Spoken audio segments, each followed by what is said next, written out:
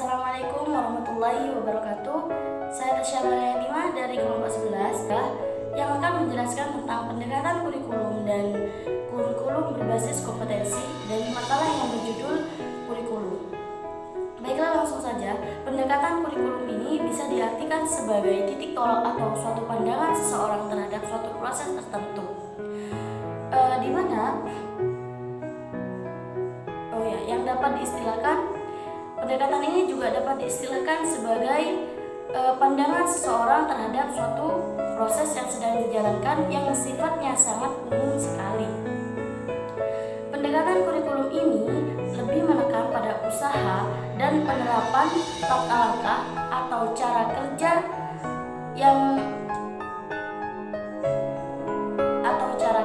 dalam memproses suatu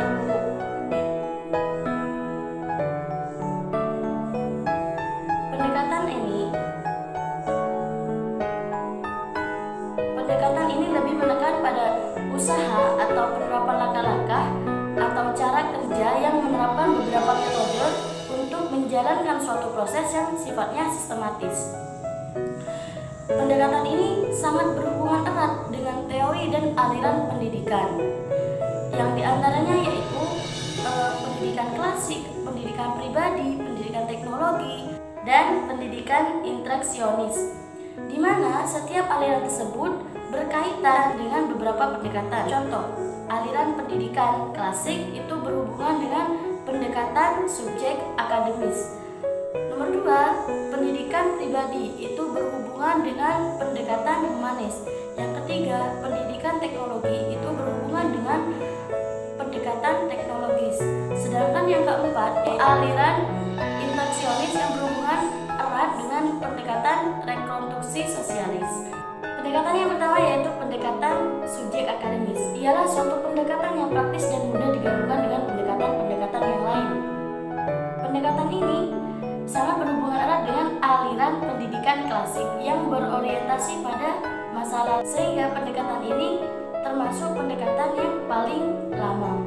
Dalam pendekatan subjek akademis ini, guru harus menguasai materi dan bahan yang akan diajarkan atau menguasai pembahasan yang terdapat dalam kurikulum, sehingga pembelajaran tersebut berjalan dengan lancar. Dalam pendekatan subjek akademis ini ada beberapa ciri yang berkenaan dengan pendekatan tersebut.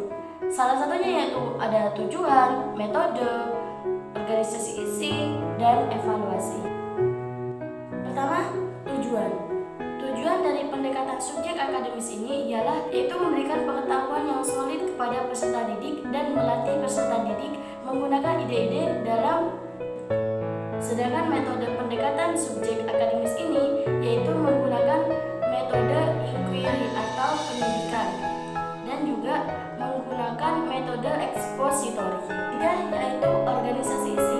Dalam organisasi isi ini terdapat pola-pola tertentu yang digunakan dalam kurikulum. Di antaranya, yang pertama yaitu pola organisasi materi atau konsep yang dipelajari. Sedangkan yang nomor 2 yaitu pola organisasi bahan pelajaran yang tersusun dalam tema-tema pelajaran tertentu. Sedangkan yang nomor 3 yaitu bahan ajar yang diintegrasikan dengan persoalan kegiatan atau segi kehidupan tertentu. Dan pola organisasi yang terakhir yaitu pola yang berisi topik pemecahan masalah sosial yang dihadapi dalam kehidupan dengan menggunakan pengetahuan dan keterampilan yang diperoleh dari berbagai pelajaran atau disiplin ilmu. Itulah beberapa pola yang digunakan dalam organisasi isi pendekatan secara subjek akademis. 4. Evaluasi. Dalam pendekatan subjek akademis ini menggunakan evaluasi yang bervariasi dan sifat bahan pelajaran. Yang kedua yaitu pendekatan humanistis. Pendekatan humanistis ini lebih memberikan tempat kepada siswa karena memang pada dasarnya peserta didik adalah subjek atau pusat kegiatan pendidikan. Nah, pendekatan humanistis ini memiliki beberapa karakteristik yang sama dengan pendekatan subjek akademik. Namun, perbedaannya yaitu dari penjelasannya. Pelaksanaannya yaitu dari tujuan, metode, organisasi isi, dan evaluasi. Yang pertama yaitu tujuan dan fungsi pendekatan humanistis, yaitu menyediakan pengalaman pribadi sehingga memperlancar pengembangan peserta didik. Yang nomor dua yaitu metode. Metode pendidikan humanistis ini lebih menekan pada emosional antara peserta didik dan pendidik, karena memang pada hakikatnya peserta didik dan pendidik ini hubungannya sangat erat, dan jika terjadi sesuatu maka pembelajaran yang terjadi di kelas tidak akan berjalan dengan lancar. Yang nomor tiga yaitu organisasi isi. Salah satu kekuatan terbesar pada pendekatan humanistis yaitu tekanan pada integritas, yaitu kesatuan yang bukan hanya bersifat intelektual tapi juga emosional dan tindakan. Yang terakhir yaitu evaluasi. Evaluasi pada pendekatan humanistis ini sangat berbeda dengan pendekatan subjek akademis. Pendekatan humanistis ini lebih mengutamakan proses daripada hasil. Yang ketiga yaitu pendekatan teknologi. Pendekatan teknologis ini hampir sama dengan pendekatan subjek akademis karena menekan pada isi dan materi. Pendekatan teknologis dalam menyusun kurikulum sangat bertolak belakang dengan analisis kompetensi yang dibutuhkan untuk menjalankan tugas-tugas tertentu.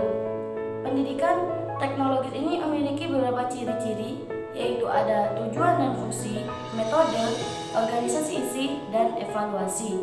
Yang pertama yaitu tujuan dan fungsi pendekatan teknologis. Tujuan pendekatan teknologis ini diarahkan pada pengarahan kompetensi yang dirumuskan dalam bentuk perilaku. Yang nomor dua yaitu metode. Metode pendekatan teknologis ini bersifat individual, tetapi peserta didik harus menghadapi serentetan tugas-tugas yang harus dikerjanya dan maju dengan kecepatannya masing-masing. Yang nomor tiga yaitu organisasi isi. Bahan ajar yang digunakan pendekatan teknologis ini lebih banyak dari disiplin ilmu, tetapi diramu sedemikian rupa sehingga mendukung penguasaan kompetensi tertentu. Selanjutnya yaitu evaluasi. Evaluasi yang digunakan dalam pendekatan teknologis, evaluasi formatif dan evaluasi sumatif. Pendekatan yang terakhir yaitu pendekatan rekonstruksi sosial. Pendekatan rekonstruksi sosial ini ialah pendekatan yang bersumber pada aliran internasional. Pandangannya adalah bahwa pendidikan adalah sebuah usaha bersama, bukan usaha sendiri. Pendekatan rekonstruksi sosial ini dalam menyusun kurikulum dan program keahlian sangat bertolak belakang pada problem yang sedang dihadapi oleh masyarakat. Rekonstruksi sosial ini memiliki beberapa ciri, ada tujuan, metode, evaluasi, dan organisasi isi. Yang pertama yaitu tujuan. Tujuannya yaitu menghadapkan para peserta didik pada ancaman, hambatan-hambatan, atau gangguan yang dihadapi manusia.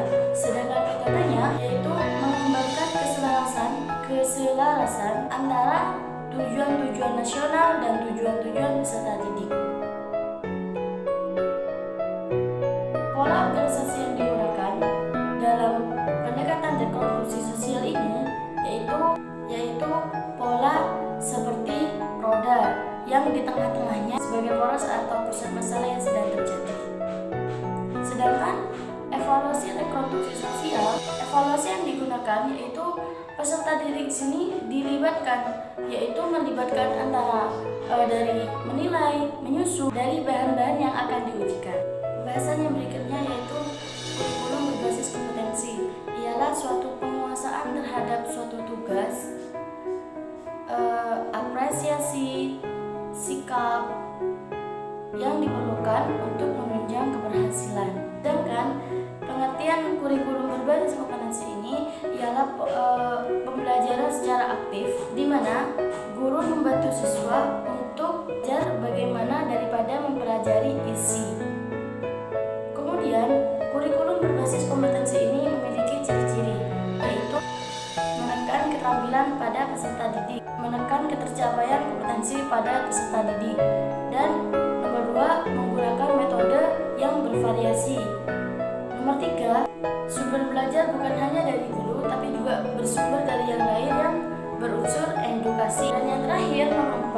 Penilaian pada kurikulum berbasis kompetensi ini menekan pada penguasaan dan hasil serta proses yang dilakukan peserta didik. Kurikulum berbasis kompetensi ini memiliki beberapa komponen, yaitu kerangka inti dalam kurikulum berbasis kompetensi. Salah satunya yaitu kurikulum dan hasil belajar. Yang nomor 2 yaitu penilaian berbasis sekolah.